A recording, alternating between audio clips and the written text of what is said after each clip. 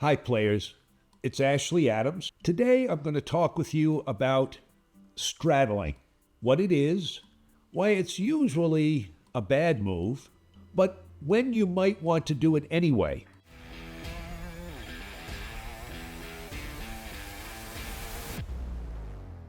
Technically speaking, a straddle is a voluntary extra big blind. It can be made under the gun, where a third blind would be after the small blind and then the big blind, or it may be made from the button. Or in some card rooms, you may actually straddle from any position at all. The amount of the straddle also varies depending on the size of the game and the specific card room you're in. So, for example, in a 1-2 game with a $1 small blind and a $2 large blind, the typical straddle, which is in that third betting position, is to either $4 or $5. Though in some rooms, you may straddle to any amount. You can go 1 small blind, 2 large blind, $20 straddle, $50 straddle, $100 straddle. You need to find out what they allow in the room you play in. But once the straddle is placed, the next bettor must call the straddle amount fold or raise. As you can see, straddling increases the size of the game by requiring a larger bet to continue to play than the game would have without the straddle. A $1, $2 game with a $5 straddle plays much like a 2-5 game, since pre-flop, players must call or raise a $5 bet instead of a $2 bet. Which brings to mind the question, should you straddle? Strategically, theoretically, straddling does not make much sense. You're placing in a bet before you see your cards. Why would you do that if you didn't have to? The players moan about being the blind.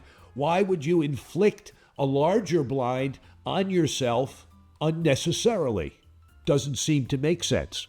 Even so, there are some reasons why you might want to straddle. Straddling, by increasing the stakes, often increases the action of other players in general. And if you believe you have an advantage over those players, you may want to get them to play a larger game. You may want to loosen up a tight game, which straddling also tends to do by putting money in the pot, increasing the gambling.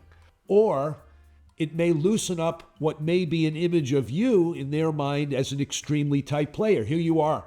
And by straddling, by placing in that blind bet, you say to them that you are there for the action. You're just a gambler. Players may play more loosely against you, inclined to believe that a raise indicates a further desire for action even though you may not have a very strong hand. This may translate into calls from them when you have a winning hand, winning you more money in the long run. So you may want to straddle, in summary, to loosen up the game or to loosen up your image. Also, if everybody else is straddling, you may want to just go along with the crowd so you don't stand out as the nit in the room. Straddling on the button is generally a better move strategically than straddling under the gun, though it is also not as much of a sign that you are a loose player, so it may not loosen up the game as much. While you are putting in money blind, you have the advantage on all future betting rounds of having last action.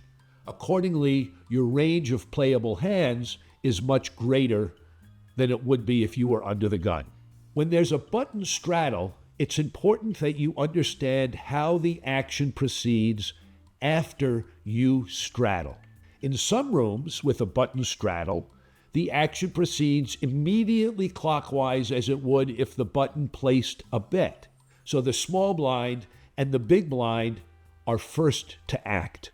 They must call or raise the straddle or fold. That's how it tends to be in most rooms, I believe, that the big blind straddles and then the small blind and the large blind have to act. But in other rooms, the action proceeds from a button straddle to the left of the big blind. So the under the gun player is first to respond to the straddle as if the bet were made by the big blind.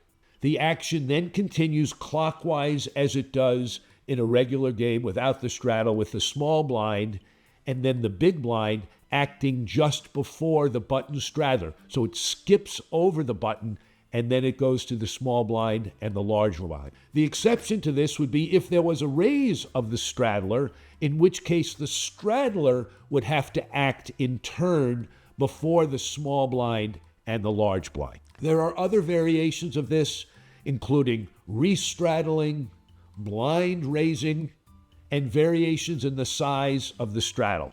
Too many to explain in detail here, but the important thing to know is that you need to find out what the straddle rules are before you actually play a hand, because you can't ask for an explanation during the play and expect an answer. So find out what the rules are in your room. Bottom line, straddling is like a voluntary third blind, generally disadvantageous to the straddler strategically, but possibly advantageous in helping to loosen up the game or the image of the straddler.